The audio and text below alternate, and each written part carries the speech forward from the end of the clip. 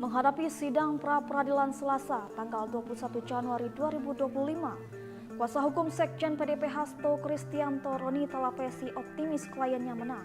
Menurut Roni, ada 3 celah kelemahan KPK dan dasar hukum yang dipakai untuk membebaskan Hasto. Pertama, pra-peradilan adalah hak hukum tersangka mencari keadilan.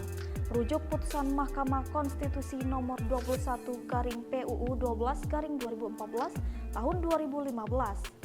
Penetapan sah tidaknya tersangka menjadi objek pra-peradilan, kata Roni dikutip Senin tanggal 20 Januari 2025.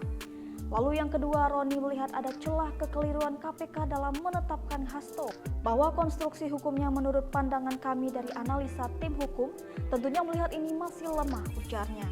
Ketiga, dasarnya karena tahun 2020 baik di persidangan terdakwa ex-anggota Bawaslu, Agustiano Tio, ex-komisioner KPU Wahyu Setiawan, dan kader PDIP Saiful Bahri tidak menyebut nama Hasto.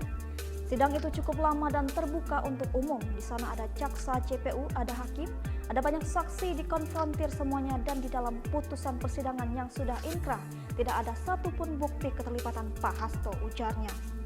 Sementara Hasto menambahkan telah mengantongi bukti yang formil dan material untuk mendukung argumentasi hukum dalam kasus ini. Kami akan ajukan argumentasi hukum berdasarkan bukti-bukti autentik baik formil maupun material, katanya. Menanggapi ini, Komisi Pemberantasan Korupsi optimis bisa memenangkan sidang pra-peradilan.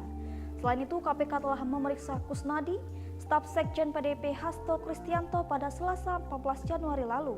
KPK mendalami terkait pengetahuan Kusnadi seputar perbuatan tersangka HK dan DTI, ujar jubir KPK Tessa Mahardika Sugiarto Minggu 19 Januari 2025.